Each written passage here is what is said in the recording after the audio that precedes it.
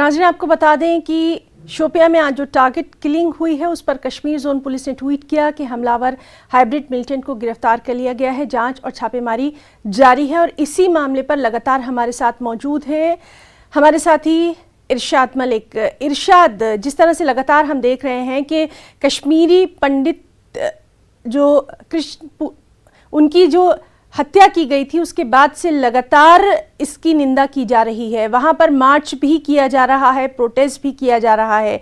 मकामी लोगों में काफ़ी अब गम गुस्सा भी देखा जा रहा है इस तरह की टारगेट किलिंग के खिलाफ।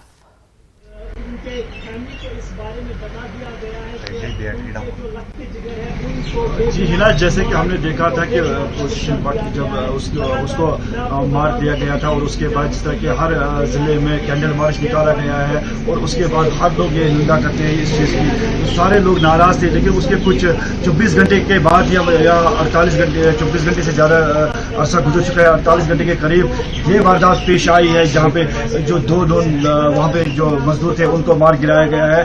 तो कहीं ना कहीं ये एक सवालिया निशान बार बार यही आई है। क्या सिर्फ यही दो लोग यहाँ पर थे या और भी कोई रहता था? इनका ताल्लुक जिस तरह से बताया जा रहा है कि यूपी के कन्नौज से था, अब इनकी डेड बॉडी के ताल्लुक से क्या कुछ निकल कर सामने आ रहा है? ये तमाम तर तफसीलात भी फराहम करिए।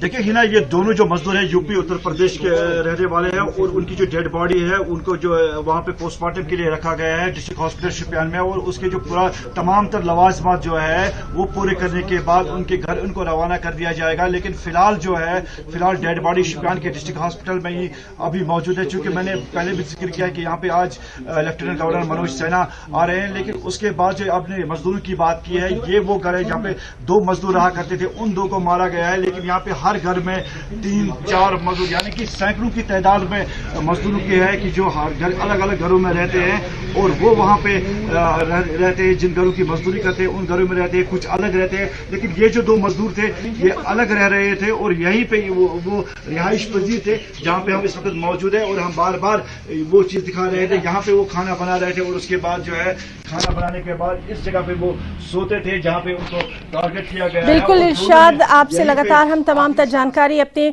नाज़रीन तक पहुंचा रहे हैं। समीर भट्ट हमारे साथ मौजूद हैं इस वक्त जम्मू से।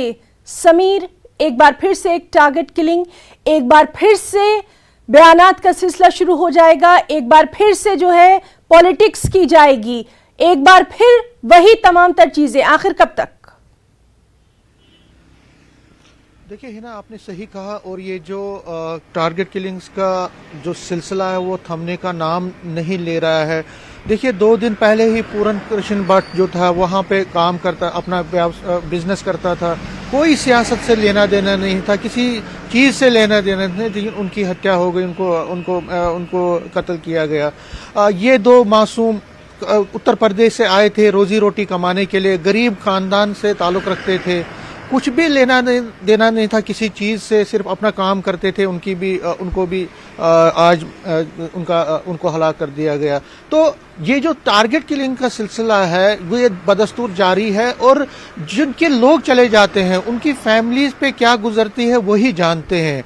बयानबाजियां और पॉलिटिकल इस पे जम के होती है। कल देखिए फारूक अब्दुल्ला जो बहुत ही सीनियर लीडर हैं जम्मू कश्मीर के और चीफ मिनिस्टर रहे हैं, एक बार नहीं कई बार रहे हैं, यूनियन मिनिस्टर रहे हैं, उन्होंने क्या कहा? उन्होंने कहा कि इंसाफ जब तक नहीं मिलेगा तब तक इनके, वो क्या कहना चाहते थे? उन्होंने जो बात की, हमने जो विक्टिम्स थी, विक्टिम फैमिली से, उन्होंने कहा कि इससे बदकिस्मती क्या होगी कि जो एक रेस्पॉन्सिबल चीफ मिनिस्टर पॉलिटिशियन है वो ये कह रहा है कि जब तक इंसाफ नहीं होगा तब तक ये कत्लगार, वो कंडेम नहीं कर रहे हैं। उनके मुंह से एक शब्द नहीं निकला कि जो पूरन कृष्ण या कोई भी जो हलाकतें हुई है उस पर कोई कुछ नहीं बोला, सिर्फ यही बोला। तो कहने का मतलब है हिना कि जो सियासत होती है वो अपनी जगह तो होती रहेगी, सियासी लोग सियासत करते रहेंगे, लेकिन गवर्नमेंट को भी अब सोचना पड़ेगा कि आखिर ये जो टारगेट किलिंग का सिलसिला ये कब तक जारी रहे, उसके लिए ठोस इकदाम उठाने पड़ेंगे। और जिस तरह से all out operation all out 1 हुआ, ऑपरेशन ऑल आउट 2 हुआ, ऑपरेशन ऑल आउट 3 हुआ,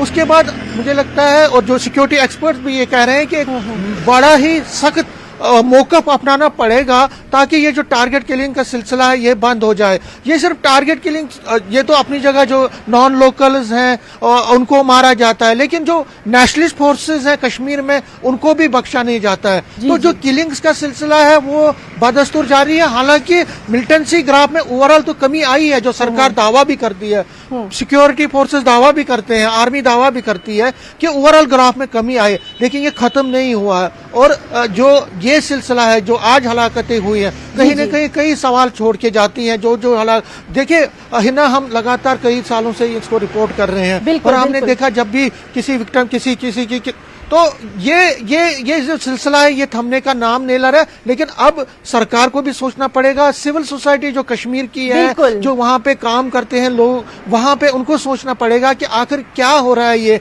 देखिए, सबसे अच्छी बात हुई कि कुछ दिन पहले जब पूरन कृष्ण भट्ट की हलाकत हुई, उसके बाद सारे लोग हर एक डिस्ट्रिक्ट में, पूरे कश्मीर वैली में सड़कों पर आ गए। उन्होंने कहा कि ये गलत हुआ है, लेकिन अब वक्त आ गया है कि सरकार को जागना पड़ेगा और ठोस इक़दाम इसके लिए करने पड़ेंगे। लगातार आपसे बातचीत जारी रखेंगे कि जाने वाला तो चला जाता है, लेकिन उसके पीछे जो रह जाते हैं उनका अब क्या कुछ कहना है, उनका क्या हाल है। हमारे साथ फजा ज़ैनब भी मौजूद, तो हम फजा से बात करने की कोशिश करेंगे। समीर, यही बात हम आपसे जानना चाहेंगे, लगातार आप जो विक्टिम्स हैं उनकी फैमिली से बात कर रहे हैं, क्या चाहते हैं वो, आखिर कब तक?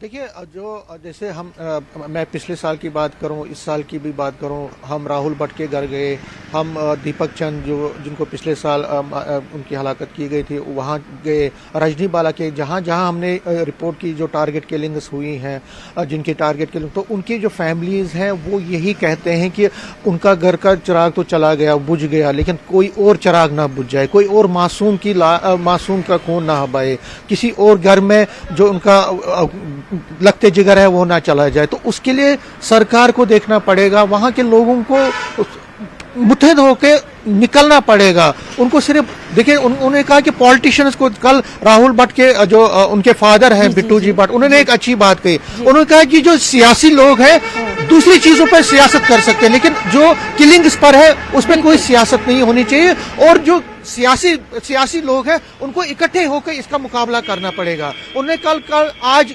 एक का घर का चिराग बुझेगा, कल दूसरे के चिराग का बुझेगा। तो ये सिलसिला थमने का नाम नहीं लेगा जब तक कि सियासी लोग इकट्ठे होकर इसका मुकाबला नहीं करें। बिल्कुल समीर, आपसे भी हम बातचीत जारी रखेंगे, इरशाद से भी बातचीत जारी रखेंगे। फजा भी हमारे साथ मौजूद है। फजा, एक बार फिर से एक टारगेट किलिंग की गई है, एक बार फिर से ये सिलसिला दिखाई दे रहा है। हालांकि हम ये भी देख रहे हैं कि जो दानिश्वर तबका है वो कहीं ना कहीं अब खुलकर इसके खिलाफ आवाज उठा रहा है। बिल्कुल, हमने कल भी देखा कि किस तरीके से जो है लगातार तब से ही, जब से पूरन कृष्णा को हलाक कर दिया गया है, तब से ही लगातार लोग सड़कों पे आए, सोशल एक्टिविस्टों ने प्रोटेस्ट किया, पॉलिटिशियंस ने मजम्मत की, सिविल सोसाइटी मेंबर्स ने इस बात की मजम्मत की और लगातार सब लोग ही इस बात की मजम्मत करते आ रहे हैं। लेकिन ग्राउंड पे फिलहाल हम जो देख रहे हैं, आप देख रहे हैं अभी 2 दिन बीतने चुके हैं, अभी 2 ही दिन हो चुके हैं। एक और ऐसी ही टारगेट किलिंग का वाकया जो है वो पेश आया। वो यूपी के जो 2 लेबरर्स वहां पर थे रेंटेड एरिया में, वहीं पर उनके जो है पुलिस के ट्वीट के मुताबिक उन पर ग्रेनेड अटैक किया गया है, जिसकी वजह से उनको फिर अस्पताल भी पहुंचाया गया है, लेकिन जख्मों की ताब न लाके वो इस दुनिया से चल बसे हैं। तो यहाँ पे पता लग रहा है कि कहीं ना कहीं एक सिक्योरिटी बहुत बड़ा कंसर्न बन चुका है, जो कि यहाँ की माइनॉरिटी के लिए और उसके साथ साथ यहाँ पर जो नॉन लोकल्स रह रहे हैं उनके लिए भी एक बहुत बड़ा क्वेश्चन मार्क छोड़ के जा रहा है। क्योंकि आज जो हलाक हुए हैं, चाहे मनीष कुमार है या राम सागर की बात की जाए, तो देखिए यहाँ पर कितने सारे ऐसे लेबर हैं जिनके दिमाग में ये सवाल पैदा होते होंगे, शायद हमारे साथ भी ऐसा ही होगा। क्योंकि आप जानते हैं यहाँ पर बेलपूरी वाले, गोलगप्पे वाले, अभी एप्पल्स जो है अभी एप्पल का कल्टीवेशन वगैरह हो रहा है, अभी वो सब भी चल रहा है। तो उसके चलते ये खौफ और दहशत का माहौल जो है यहाँ पर चल रहा है। चाहे हम शहर श्रीनगर की भी बात करें, क्योंकि शहर श्रीनगर में भी इससे पहले ऐसे टारगेट किलिंग्स हुई है जिसमें कश्मीरी पंडित्स के साथ साथ जो यहाँ नॉन लोकल लेबर्स है उन पर अटैक किया गया है। हमने देखा कि संदीप मावा जो कि बोहरी कदल में जिनकी शॉप है उन पर उनके कहने के मुताबिक अटैक किया जाने वाला था, जबकि वो उनके सेल्समैन पे हुआ और उनका सेल्समैन इस दुनिया से चल बसा जो कि एक मुस्लिम था। तो इसमें क्या है कि ये जो टारगेट किलिंग्स का सिलसिला है ये एक बहुत बड़ा सवाल है सिक्योरिटी पे कि आखिर ये टारगेट किलिंग्स का सिलसिला क्यों नहीं रुक रहा है। अगर हम देख रहे हैं ओवरऑल अगर दावा किया जा रहा है मिलिटेंसी में कमी आई है। अगर आपने देखा कि फारूक अब्दुल्ला ने हाल ही में ये बयान दिया कि 370 हटा तभी टारगेट किलिंग्स का सिलसिला ज्यादा बड़ा है, उससे पहले टारगेट किलिंग्स का सिलसिला नहीं है। तो वही कुछ सियासी लीडर जो है वो ये भी कहते हैं कि सिर्फ जो है परफॉर्मा वही है, फॉर्मेट वही है, डेट क्या था, लोग जब ये जो पर्सन मरा, जगह कौन सी थी, सारा परफॉर्मा सारा फॉर्मेट सेम है, पर बस इसमें जगह बदलती है, लोगों का नाम बदलता है और डेट बदलता है। और देखिए ये एक बहुत बड़ा सवाल है एडमिनिस्ट्रेशन पे, ये एक बहुत बड़ा सवाल है। फजा, आपसे हम ये भी जानना चाहेंगे, जिस तरह से सुबह से इस अहम खबर पर हम तमाम तर रिएक्शंस इकट्ठे कर रहे हैं, सबका यही कहना है कि अब जो आम लोग हैं, खास तौर पर कश्मीर में जो मकामी लोग हैं, उन सबको इकट्ठा होना पड़ेगा, उन सबको इस तरह की टारगेट किलिंग्स पर जो सियासी बयानबाजियां हो रही हैं अब उसके खिलाफ उठ खड़े होना होगा। बिल्कुल, देखिए आपने कल भी देखा, आप लगातार देखते आ रहे हैं, न सिर्फ कल से न सिर्फ परसों से, जब से टारगेट किलिंग्स हो रही है लोग सामने आ रहे हैं। आपने देखा कल किस तरीके से सोशल एक्टिविस्ट सामने आए, रात में भी कैंडल मार्च हुआ, दिन में भी मार्च हुए, लगातार प्रोटेस्ट तो हो रहे हैं, कंडेम सब कर रहे हैं। यहां तक कि जो आप आम लोगों की बात करें, जो सोशल एक्टिविस्ट होते हैं वो आम लोगों की ही जो है रिप्रेजेंटेशन होते हैं, आम लोगों को ही रिप्रेजेंट करते हैं।